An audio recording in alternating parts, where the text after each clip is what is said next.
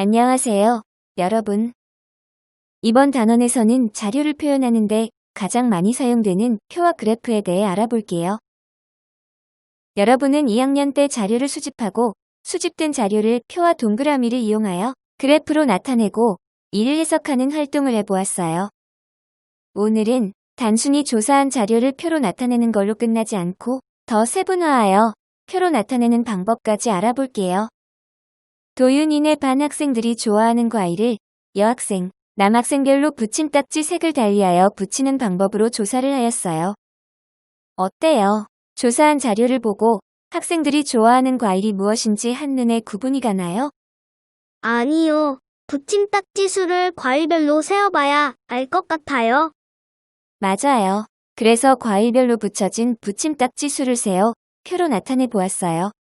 그랬더니 사과는 7명, 포도는 8명, 귤은 7명, 감은 5명이라는 것을 알 수 있었어요. 또한 과일 종류별 학생 수를 모두 더한 합계가 27이므로 조사한 학생 수가 27명이라는 것도 알 수 있어요. 표를 보고 더 알 수 있는 내용이 있나요? 가장 많은 학생이 좋아하는 과일은 포도이고 가장 적은 학생이 좋아하는 과일은 감이라는 걸 알 수 있어요. 사과를 좋아하는 학생은 감을 좋아하는 학생보다 7-5는 2명 더 많다는 것을 알 수 있어요. 맞아요. 이번에는 이 표를 좀 더 세분화하여 다른 방법으로 나타내어 내용을 알아볼게요. 좋아하는 과일을 여학생과 남학생별로 붙임딱지의 색을 달리하여 조사했으므로 표도 그에 맞게 여학생과 남학생 수를 구분하여 나타내 보았어요.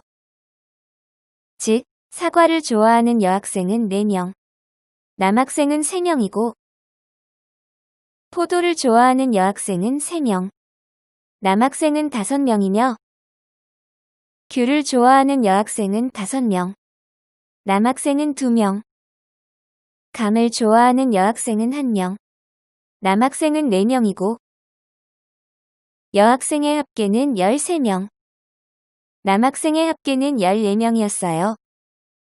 이 표를 보면 가장 많은 여학생이 좋아하는 과일은 귤이에요. 그럼 가장 많은 남학생이 좋아하는 과일은 무엇인가요? 포도예요. 맞아요. 이렇게 표를 세분화하여 나타내면 조사한 내용도 좀 더 구체적으로 알 수 있다는 장점이 있어요. 이해되었죠? 네, 선생님. 문제를 풀어볼게요.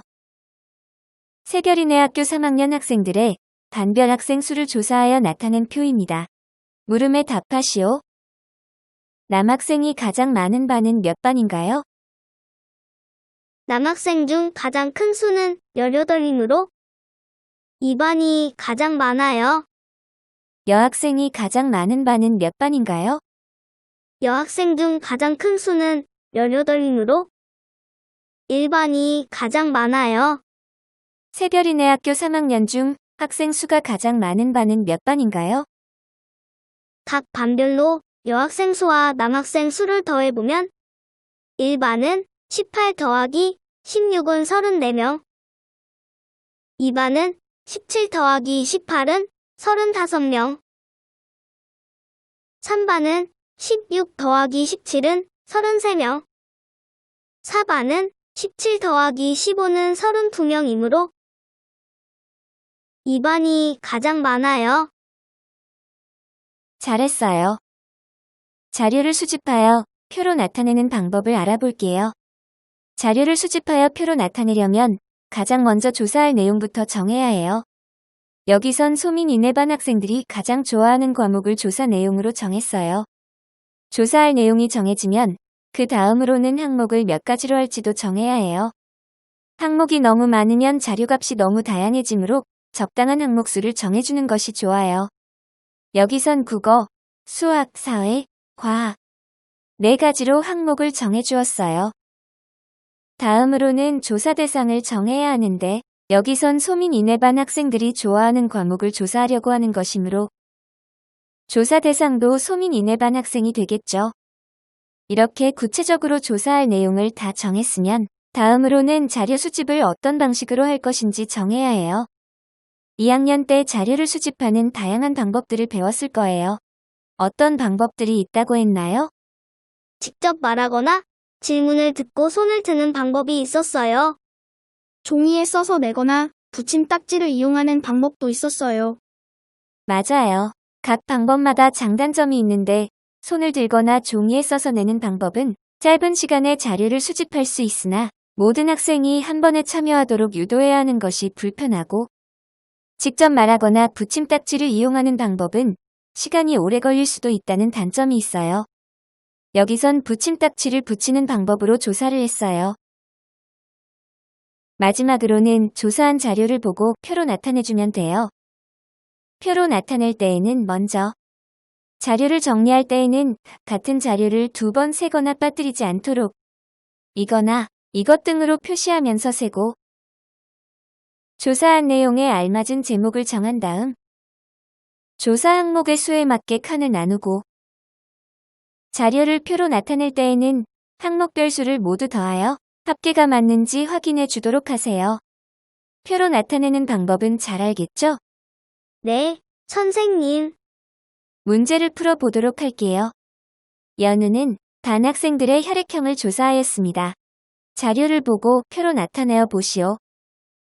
초록색은 남학생, 주황색은 여학생을 나타낸 것에 유의하여 표로 나타내 보세요.